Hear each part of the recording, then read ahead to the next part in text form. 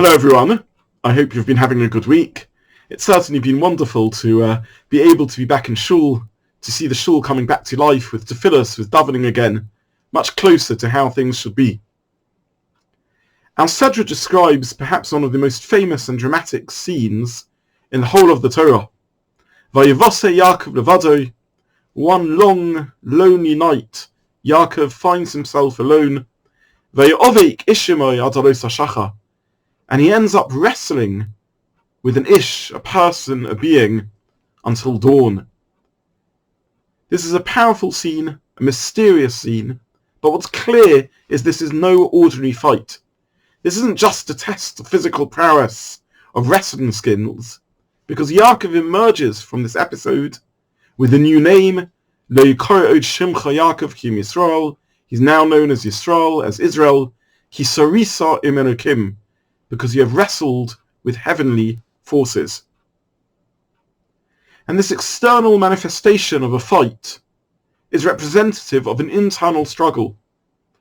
Whether it's metaphoric or physical manifestation or prophetic in Nevuah as the Rambam learns, either way it's the Torah's description of something powerful going on.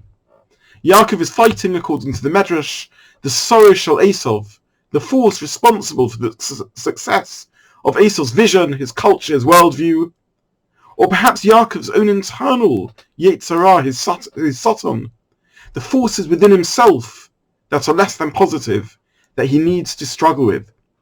So let's examine this story for important lessons about how we deal with the struggles in our lives. And the first point is that the story takes place when Levado. That's when a struggle strikes, when one's alone, reminding us of the importance of chevra, friendship, companionship, and community, kehillah. And at the beginning of the story, it seems that this is only an ish, a person. It's only at the end, perhaps, that Yaakov himself realizes that sarisa im Elokim, that the figure he's been struggling with is an angelic force, a malach. Did Yaakov realize straight away that it was a malach?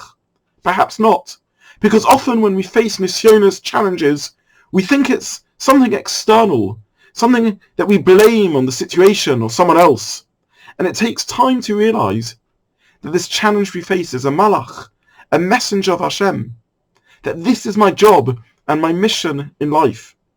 Oser malachov ruchos, points out the Rambam. The Parshat tells us that the ruach, the winds, the forces of nature, can also be the malachim, the agents, the messengers of Hashem.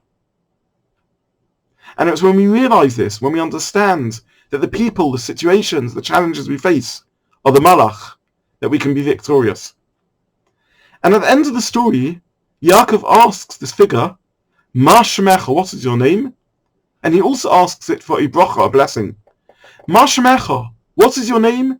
We must identify what the nisayon is, what the struggle is, rather than just unthinkingly react on instinct.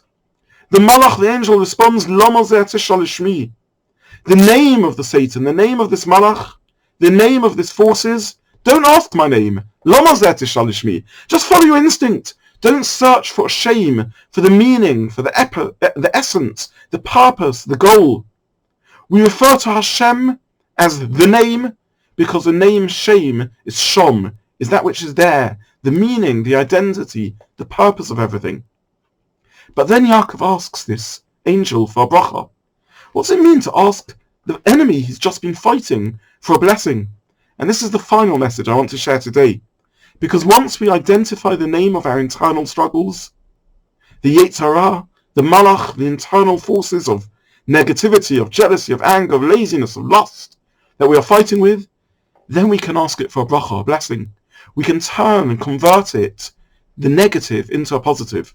Our weakest quality can become a strength. We can overcome, we can channel correctly our passion, our forcefulness, and turn it into a positive energy.